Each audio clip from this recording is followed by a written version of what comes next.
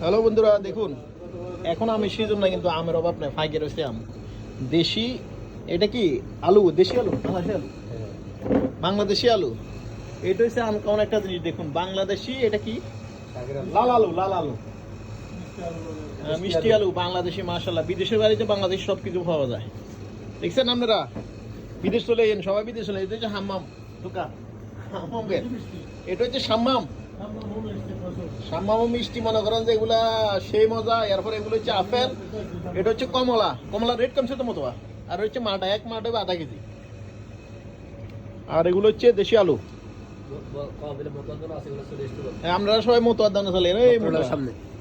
এমনি এগুলা এগুলা অফার দিছে। এগুলা মনে করেন কেজি কত? 200 টাকা, 500 পয়সা করে। বাংলাদেশি 160 টাকা করে। আইন বাংলাদেশে 160 টাকা করে, সমস্যা কি? আর এটা হচ্ছে কলা। এগুলা আমরা তো অফার বেচতেছেন না। এটা হচ্ছে দেশি তিত করলা। আসলে বিদেশে বাড়িতে সবকিছু আছে। এই হচ্ছে দেশি সিম। এটা হচ্ছে কিনা পেঁপে, ফুলকপি। মাশাআল্লাহ মাশাআল্লাহ।